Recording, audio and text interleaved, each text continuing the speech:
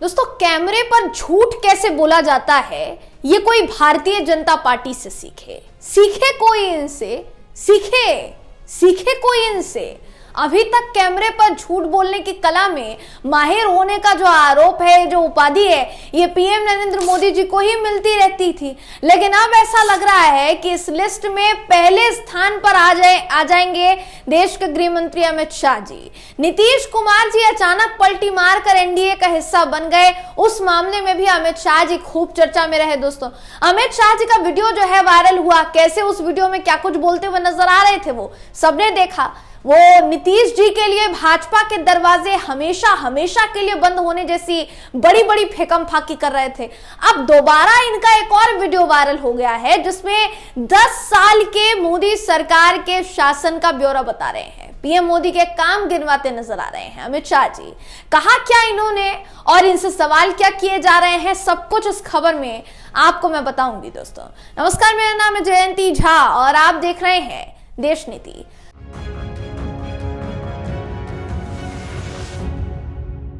देश नीति, केवल सच्ची और पक्की खबरें। अमित शाह जी का बयान सामने आया है। वीडियो नहीं दिखाऊंगी आपको, बल्कि आपको बताऊंगी कि उन्होंने कहा क्या है।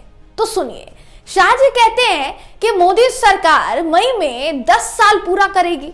इस 10 साल में पीछे मुड़कर देखते हैं तो इस देश के गांव, गरीब और किसानों के लिए 2 महत्वपूर्ण काम मोदी जी ने किए हैं। 60 करोड़ गरीबों के जीवन स्तर को उठाने के लिए सहायता दी है, जीवन स्तर को उठाया है।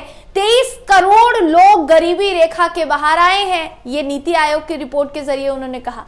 60 करोड़ लोगों को घर में गैस, शौचालय, बिजली, घर, 5 किलो मुफ्त राशन, 5 लाख तक का सारा स्वास्थ्य का खर्चा और अनेक प्रकार की सुविधाएं नरेंद्र मोदी जी की भारतीय जनता पार्टी की सरकार ने दी है। 60 करोड़ लोगों को स्वरोजगारी से जोड़ने का भी एक मजबूत काम हमारी सरकार ने करके दिखाया है। सवाल पहला यही है कि अगर 23 करोड़ लोग गरीबी रेखा से ऊपर उठे हैं तो फिर 60 करोड़ या 80 करोड़ लोगों को मुफ्त राशन क्यों दिया जा रहा है भाई?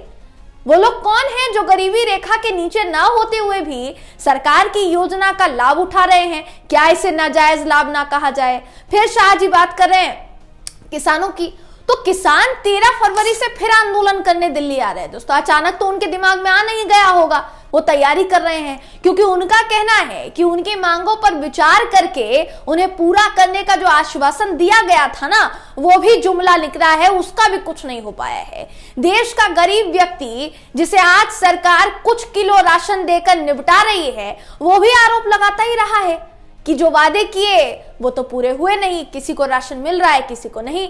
स्वरोजगार का दावा करने वाले अमित शाह जी, शायद ये खबर इन तक नहीं पहुंची कि मजदूरी करने के लिए इजराइल भेजने की घोषणा भारत सरकार ने की थी, और जब आवेदन आने शुरू हुए तो कतार इस कदर लंबी हो गई कि सरकार को सुकून कम और मुश्किलें ज्यादा देने लगी। दोस्तों, इजराइल की मदद के नाम पर मजदूरों को इतनी भारी तादाद में एप्लीकेशन देने के लिए कतारों में खड़ा होना, यह विश्व स्तर पर भारत की छवि सुधार नहीं रहा है बल्कि बिगाड़ रहा है। क्या ये भी नहीं समझ पा रहे हैं गृह मंत्री जी? क्योंकि आज पूरी दुनिया देख रही है कि कितने लोग भूख से मरने से अच्छा युद्धग्रसित इजराइल जाना बेहतर समझ रहे हैं, क्योंकि उनका कहना है कि भाई मरेंगे भी तो कम से कम जितने दिन जिएंगे नौकरी करके पेट तो पाल लेंगे अपना और अपने परिवार का, तो चलिए इजराइल ही जाएंगे। आज युवा नौकरी के लिए दर दर भटक रहा है, घंटों भीड़ में खड़े रहते हैं, फिर भी सरकारी नौकरी नहीं मिलती। और अमित शाह जी कहते हैं कि बीते 10 साल में मोदी जी ने एक पर एक चौके छक्के मारे हैं। यही है क्या शतक उनका? इसी को शतक तो नहीं कहा जाएगा, या कुछ और कहा जाएगा इसको? देखिए दोस्तों, अगर बात की जाए नौकरी की ना, तो नौकरी के मामले में तो इतने झंडे गाड़े हैं सरकार ने कि बस पूछिए मत।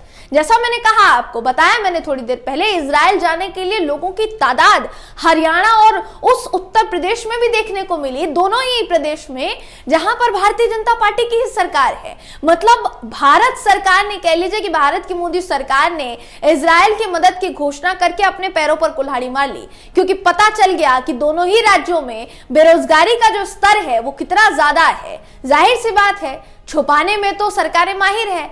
जब जो शिक्षक अभ्यर्थी हैं वो अपने हक के लिए लड़ने के लिए पहुंच जाते हैं, विरोध प्रदर्शन करने के लिए पहुंच जाते हैं, तो उनको फटाक से लखनऊ से इको गार्डन पहुंचा दिया जाता है।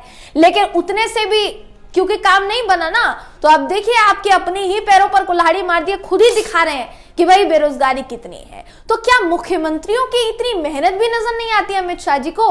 मुख्यमंत्री तो खुलकर बता रहे हैं ना कि भाई देखिए हमारे राज्य में इतने मजदूर हैं और इतने मजदूरों के पास मजदूरी करने के लिए भी नौकरी नहीं है, इसलिए उनको इजराइल जाना है।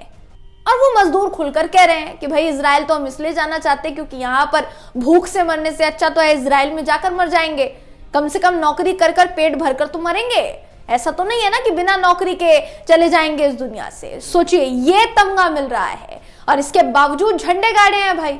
तो हैरानी होती है दोस्तों ये बयान देखकर सुनकर जो अमित शाह जी कह रहे हैं। इसलिए मैंने शुरुआत में ही कहा कि प्रधानमंत्री मोदी जी को तो अभी तो शायद सिर्फ नाम के लिए बड़ी बड़ी फेकम फाकी करने में एक अव्वल दर्जा, एक अव्वल स्थान मिल रहा था, लेकिन अब उनको भी बिल्कुल पछाड़ने के लिए तैयार हैं अमित शाह जी। जो कब क्या कहते हैं और कितना पूरा होता है उनका कहा हुआ, ये सब कुछ सामने विश्व पटल पर, देश के पटल पर रखा हुआ है। पूरी दुनिया देख रही है, पूरा देश देख रहा है। दोस्तों इस पूरी खबर को लेकर आप क्या सोचते हैं, आपकी क्या राय है, कमेंट करके हमें जरूर बताइएगा। अगर आपको ये वीडियो पसंद आया हो तो वीडियो को लाइक कीजिए, शेयर कीजिए, चैनल को सब्सक्राइब करना बिल्कुल भी ना भूलें।